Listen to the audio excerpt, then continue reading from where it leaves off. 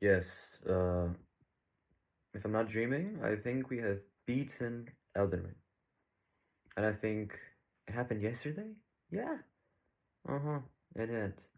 Yesterday was a historic moment for me because I defeated my first. I defeated. I beat it. Yes, it was a defeat. But yeah, I beat it. My first Souls game, which happens to be the most famous, acclaimed game of all fucking eternity. Listen, after all, this is a review of Elden Ring. I'm going to give you my thoughts, opinions, and of course, a final rating. This is how most reviews work. And most importantly, this is how this one will work. So if you don't like rating like from 1 to 10 or 8.5, 9.5, something like that, just, leave the video, bro. Or if you want to see what I have to say, and before I give the score, then leave the video. Okay, I think, yeah, we have talked enough about other things that are not Elden Ring. Okay. Elden Ring, let me just rip off the band-aid. I'm not giving it a 10 out of 10. I know, we're only 1 minute in the video. And I'm already saying I'm not giving Elden Ring a 10 out of 10. Listen, you've seen my channel. It's called Nino Gaming Variety. Subscribe if you haven't. And the channel's name starts with Nino. Nino, I'm Nino. Yeah, I'm not an important guy, I'm not a handsome, I'm not a smart guy. I'm pretty much living in the world. Even though many people don't know that, and you don't need to know. It's nothing special. But yes, I'm a human being. I breathe in, I breathe out. I'm surviving, I'm living as much as I can, but still, that's the different subject. And I'm entitled to an opinion. This review is mine and mine alone. I'm not provoking Souls-like fans like I did in my Why Don't You Like Souls-like video, which I'll leave in the description if you want to see the hate this video got. And yeah, still, why am I not giving Elden Ring a 10 out of 10? Let us begin with the positives, okay? The positives of this game. This is the most, not the most, one of the most incredible, absolutely beautifully created worlds in any video game. I mean, the universe, the lore, the fucking atmosphere. This game is unrivaled, in my opinion, towards, if you compare the atmosphere, the feeling of going into a cave you've never even been before, the feeling when you slowly realize you're in a boss arena and you're going to be fucked very hard. These feelings, like, I've never experienced them on that high of a level, ever. What else? The combat is, let's say, of what it tries to do, being a Souls-like game. I have played Souls-like games, and I don't like them. Yes, I'll give them another try. I'll see if my opinion's changed. I'm gonna play Bloodborne, but I'm not sure. Should I play it on the channel or not? You tell me. But yeah, I will try other Souls-like games. But for the ones I tried Sekiro. I tried Neo. I tried what was it again? I'm not very good at names. You get the picture. I tried one or two more, but yeah, just saying that Elden Ring, if you're not a Souls-like fan, uh, look, I don't think you'll like this game if you're a Souls-like fan. But listen, it depends. Actually, it really depends because it depends on what you don't like about Dark Souls. If you don't like the world, the lore, the gameplay, the feeling, the atmosphere, the whole gist of the game, and of course the impossible difficulty. If you don't like these things, Elden Ring will not be the game for you. Elden Ring will be your punishment if you don't like all these things. I don't mind all these things. Like, I like the world, I like the atmosphere of Souls-like games. It's fucking amazing. The worlds, the feeling when you play them is absolutely unreal. Oh yeah, Demon Souls. That's another game I fucking play. Demon Souls. Yeah, fuck. But yeah, these worlds, these FromSoft created Hidetaka Miyazaki, incredible. If you're not into these kinds of worlds they built before, I don't think it will be an Elden Ring because it's pretty much very similar, even though absolutely unrivaled in scale. Okay. with that said, I believe you should at least try Elden Ring, and I'm gonna tell you why. This game gives you the perfect opportunity to improve yourself, your own, to improve your own skill and your power as a character, like leveling up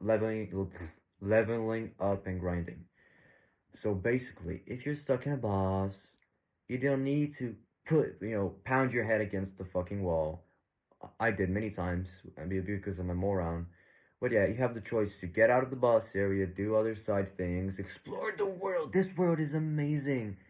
Look, I know, some people will say that, oh, a game that doesn't even let me progress through the story without seeing other things, it's forcing me to see them. Oh, it's such a bad experience. Bro, I can't speak for you, but I can speak for myself. I love exploring new worlds without knowing what to find. I love the feeling of discovery. This game has the best, like, feeling when you discover something and see it for yourself, because the game doesn't hold your fucking hand, bitch. It doesn't. Well, it does a little bit with the fucking shrine showing you the way with the arrows, but other than that, you're on your own, man. You get fucked and fucked out, and we don't give a shit. We shit you. Look, that's what Hirotaka Miyazaki basically says to you when you start Elden Ring. Here's the lore. Here's some characters' names you're never gonna see, you're never gonna hear again. Maybe some side characters, but yeah. Here's the situation. You're the Elden Lord. You know, you have to be the Elden Lord. You have to do something, kill some bad people or some good ones, and become the Elden Lord. Tells you that. It shits you out, and it says go, go, do whatever the fuck you want. For all I care, you gave us your money. You gave us the 60 or $65. I don't know if the price has dropped, but yeah, you gave us the money. Go wherever the fuck you want.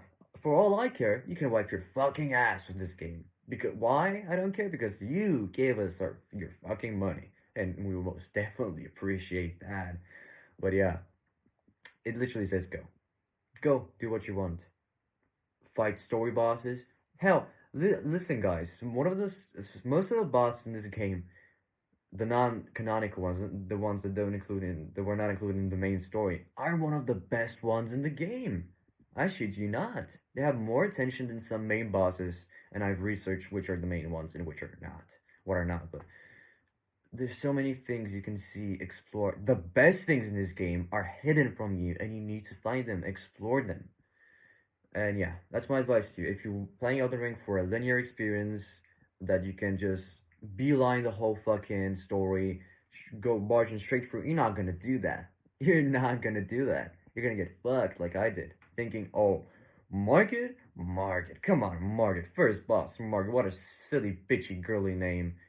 Come on, Margaret. It's gonna be a fucking joke. First boss in the game. What possible bad this thing can do to me, huh? A lot of bad. Actually, Margaret can make you quit the game. You know how it didn't make me quit the game? Because I knew who Margaret was. I made my fucking research like a Giga Chad, and I came in prepared with the big fucking guns.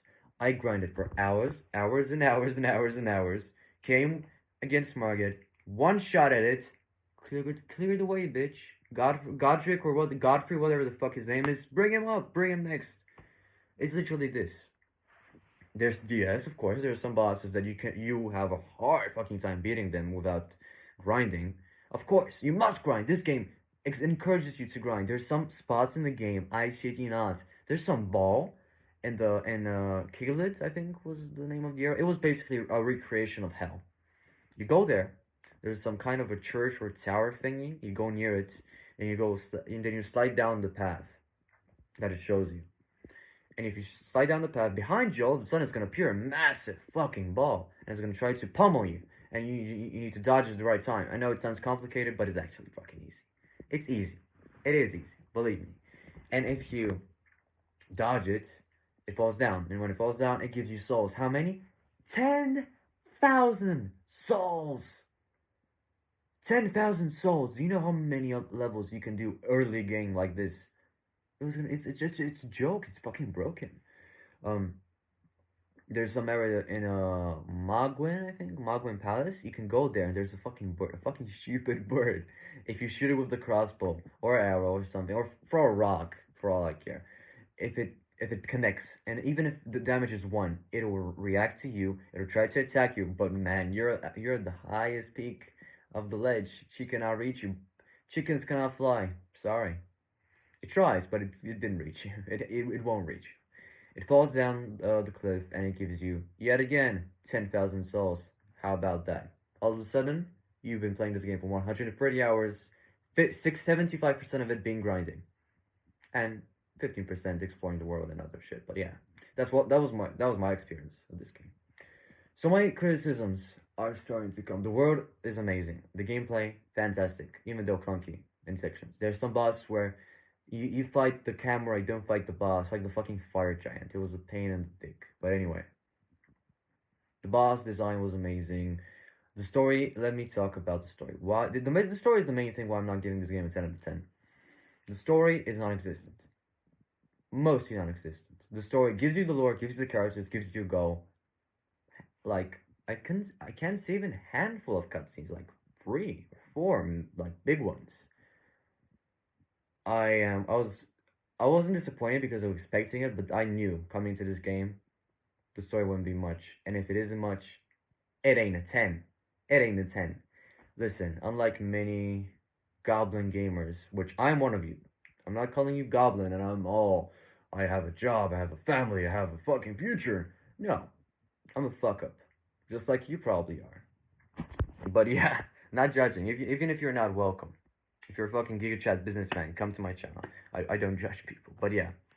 I'm not fucking amazing aristocrat or anything.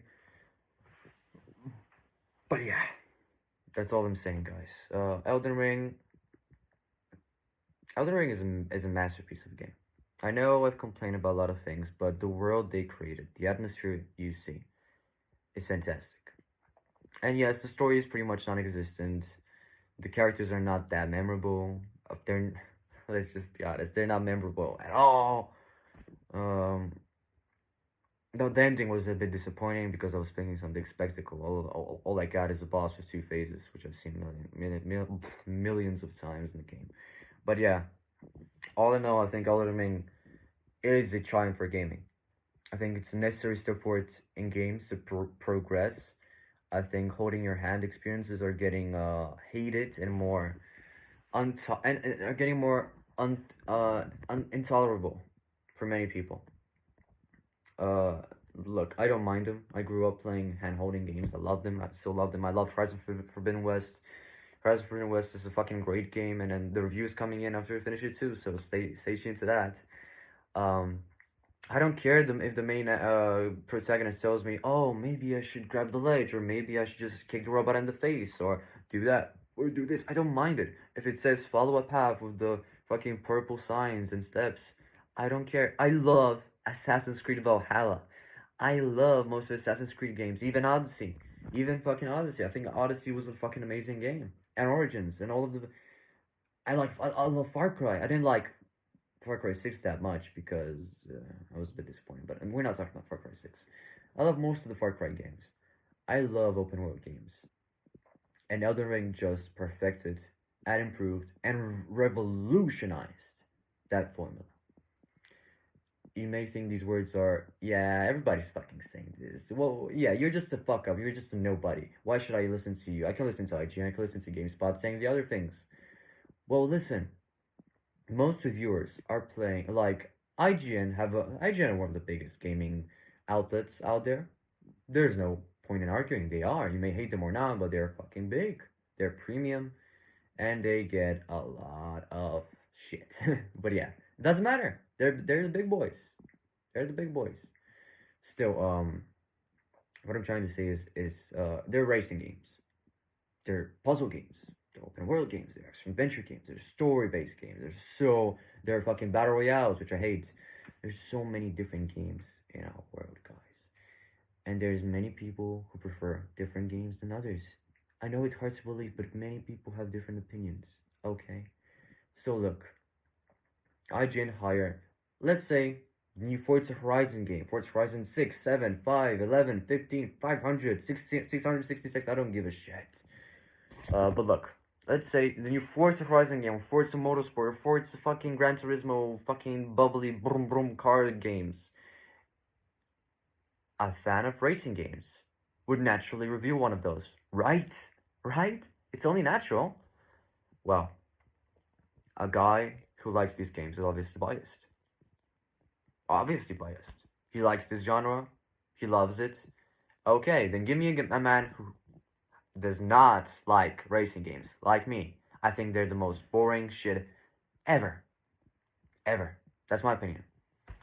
But, IGN are not gonna call me to review them, right? Because I don't like them, because they're not my thing. Of course. Souls-like games weren't my thing. I made a whole video about it, and I'm gonna put it in the comment section below.